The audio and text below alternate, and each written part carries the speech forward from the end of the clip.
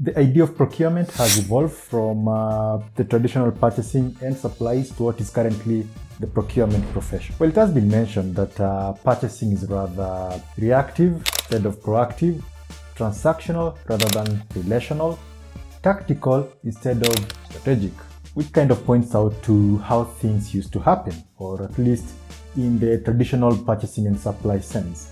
And all that kind of just led to, the procurement profession.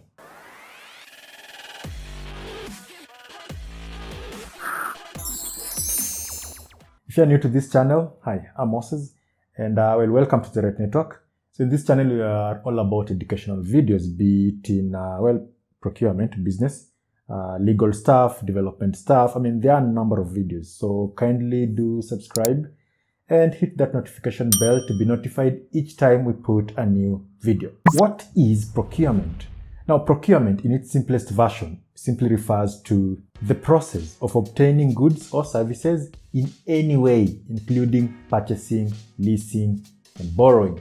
Of course, if you look at that, you probably think, wait, if you're talking about the process of obtaining goods in any way, what about stealing them? What about coercion? What about fraud?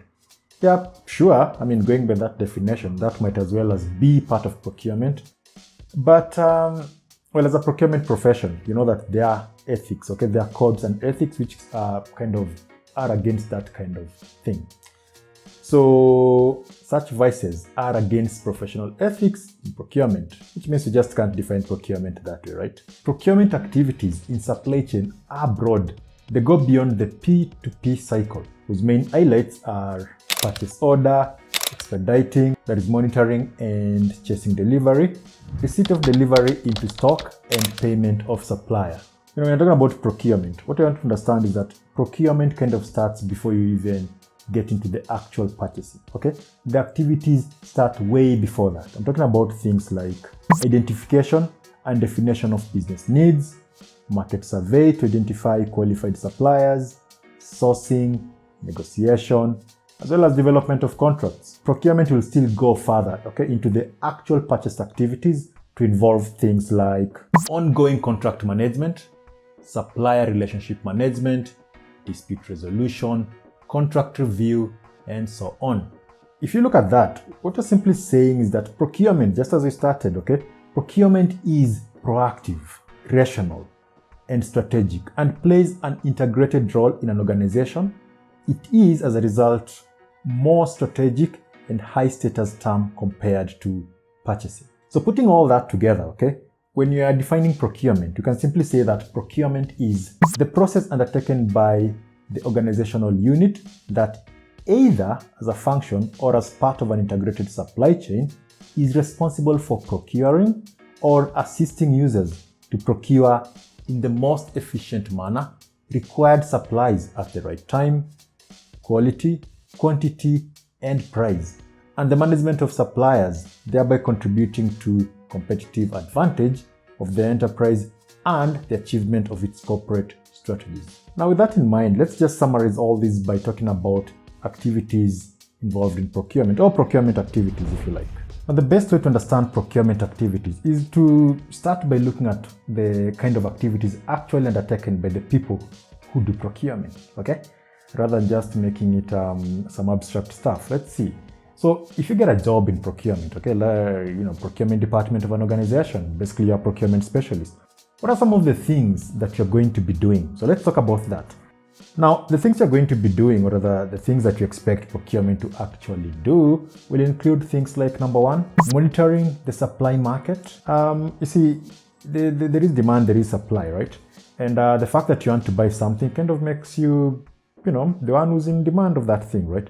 But what about the market itself? So you as a procurement specialist, you are going to identify the suppliers. You're going to research that market, figure out, are there many suppliers in that market? Are there few suppliers? Because if there are many suppliers in that market, what that does to you, okay, as the buyer, it gives you an advantage.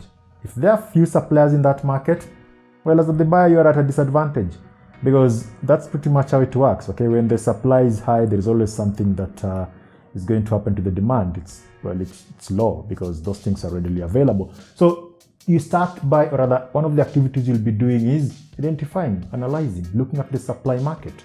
Number 2, supplier evaluation and selection. Figuring out who the suppliers are is one thing. Deciding on who you're going to be working with is another. This is how you end up having things like framework agreements. Which is one of those things that you're going to talk about later in some video, okay? So that's a reason for you to subscribe, because at some point you're going to be talking about framework agreements and call of contracts and all that stuff.